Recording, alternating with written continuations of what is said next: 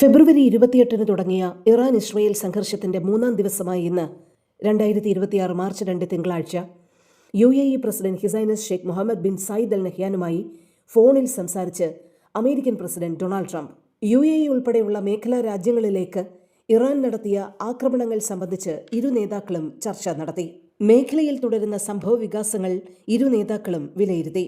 മേഖലയുടെ സമാധാനത്തിനും സ്ഥിരതയ്ക്കും വേണ്ട നടപടികളാണ് രാജ്യങ്ങളുടെ ഭാഗത്തു നിന്നുണ്ടാകേണ്ടതെന്നുള്ള പൊതുധാരണയാണ് ചർച്ചയിൽ UAE പങ്കുവച്ചത്. UAEയിൽ നടന്ന ആക്രമണങ്ങളെ അപലപിച്ച് ഇന്ത്യയും രംഗത്ത് വന്നു. UAE president Sheikh Mohamed bin Zayed al നഹ്യാനുമായി ഇന്ത്യൻ പ്രധാനമന്ത്രി നരേന്ദ്രമോദിയും ടെലിഫോണിൽ സംസാരിച്ചു.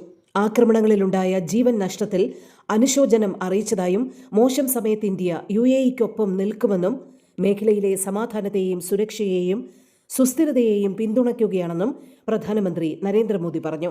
ഇന്ത്യൻ സമൂഹത്തെ പരിഗണിക്കുന്നതിന് UAE പ്രസിഡന്റിനോട് മോദി നന്ദിയും പറഞ്ഞു. ഇറാൻ ഇസ്രയേൽ സംഘർഷത്തിൽ സമീപ രാജ്യമായ UAEയിലേക്ക് ആക്രമണം നടത്തിയതിൽ പ്രതിഷേധിച്ച് ഇറാനിയൻ പ്രതിനിധിയെ വിളിച്ചു വരുത്തി UAE പ്രതിഷേധമറിയിച്ചു.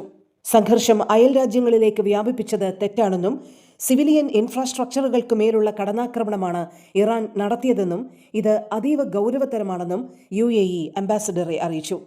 പ്രതിഷേധ സൂചകമായി ടെഹ്റാനിലെ UAE എംബസി അടയ്ക്കുകയും ചെയ്തു. ഇതുവരെയുള്ള ആക്രമണങ്ങളിൽ UAEയിൽ 3 മരണമാണ് സ്ഥിരീകരിച്ചത്.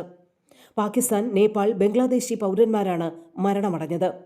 58 പേർക്ക് ചെറിയ രീതിയിൽ പരിക്കുകളുണ്ടെന്നും UAE ഡിഫൻസ് മിനിസ്ട്രി അറിയിക്കുന്നു. ആക്രമണത്തിന്റെ 2-ാം ദിവസമായ ഇന്നലെ 20 ബാലിസ്റ്റിക് മിസൈലുകൾ നശിപ്പിച്ചതായി UAE എയർ ഡിഫൻസ് വ്യക്തമാക്കി. 8 എണ്ണം കടലിൽ പതിച്ചു. 311 ഡ്രോണുകൾ ഇന്റർസെപ്റ്റ് ചെയ്തു. 21ഓളം ഡ്രോണുകളാണ് സിവിലിയൻ ടാർഗറ്റുകൾ ലക്ഷ്യമാക്കിയത്. UAE എയർ ഡിഫൻസ് അധികാരി വ്യക്തമാക്കുന്നത്. അവശിഷ്ടങ്ങൾ വീണാണ് പലർക്കും പരിക്ക് പറ്റിയതെന്ന് UAE അറിയിക്കുന്നു. വിമാന സർവീസുകൾ തടസ്സപ്പെട്ടതിനാൽ UAEയിൽ കുടുങ്ങിയ യാത്രക്കാരുടെ മുഴുവൻ ചെലവുകളും വഹിക്കുമെന്ന് ജനറൽ സിവിൽ ഏവിയേഷൻ അതോറിറ്റി അറിയിച്ചിട്ടുണ്ട്. ട്രാൻസിറ്റ് യാത്രക്കാർക്ക് ഭക്ഷണവും താൽക്കാലിക താമസ സൗകര്യങ്ങളും ഒരുക്കിയിട്ടുണ്ട്. കൂടാതെ മറ്റൊരു ദിവസത്തേക്ക് ടിക്കറ്റുകൾ ബുക്ക് ചെയ്യാനുള്ള സൗകര്യവും ക്രമീകരിച്ചിട്ടുണ്ട്. ഇറാന്റെ ആക്രമണങ്ങൾക്കെതിരെ ഒന്നിച്ചു നീങ്ങാൻ ഇതിനിടെ ഗൾഫ് സഹകരണ കൗൺസിലിന്റെ തീരുമാനം. വീഡിയോ കോൺഫറൻസ് വഴി ചേർന്ന GCC വിദേശകാര്യ മന്ത്രിമാരുടെ യോഗത്തിലാണ് തീരുമാനം. ആവശ്യമെങ്കിൽ ആക്രമണത്തിന് ശക്തമായ മറുപടി നൽകുന്നതടക്കം സ്വയം പ്രതിരോധത്തിനുള്ള എല്ലാ നടപടികളും സ്വീകരിക്കുമെന്ന് ഗൾഫ് രാജ്യങ്ങൾ അറിയിക്കുകയും ചെയ്തു. GCCയിൽ നടത്തിയ ആക്രമണങ്ങളിൽ ഒരു കാര്യം പ്രത്യേകം ശ്രദ്ധിക്കേണ്ടതുണ്ട്. മിലിറ്ററി ടാർഗറ്റുകൾ മാത്രമല്ല, സിവിലിയൻ ഇൻഫ്രാസ്ട്രക്ചറുകൾക്ക് മേലും ഇറാൻ ആക്രമണം നടത്തുന്നു എന്നുള്ള മാറ്റം അതീവ പ്രാധാന്യമർഹിക്കുന്നതാണ്. ഇതിനെ വളരെ ഗൗരവത്തോടുകൂടിയാണ് GCC രാജ്യങ്ങൾ കാണുന്നത്. ഇറാൻ ഇതുവരെ ആക്രമിക്കുന്ന ഓരോ ഘട്ടങ്ങളിലും പ്രതിരോധത്തിലൂന്നിയുള്ള നടപടികളാണ് GCC രാജ്യങ്ങൾ കൈക്കൊണ്ടത് എന്നുള്ളതും എടുത്തു പറയേണ്ടതാണ്. തിരിച്ച് ആക്രമിക്കാൻ ഇതുവരെ GCC രാജ്യങ്ങൾ തയ്യാറായിട്ടില്ല. മിസൈലുകൾ ഇന്റർസെപ്റ്റ് ചെയ്യുകയും വ്യോമപാത അടയ്ക്കുകയും ചെയ്യുന്ന പ്രതിരോധ നടപടികളാണ് GCC രാജ്യങ്ങൾ എടുത്തത്.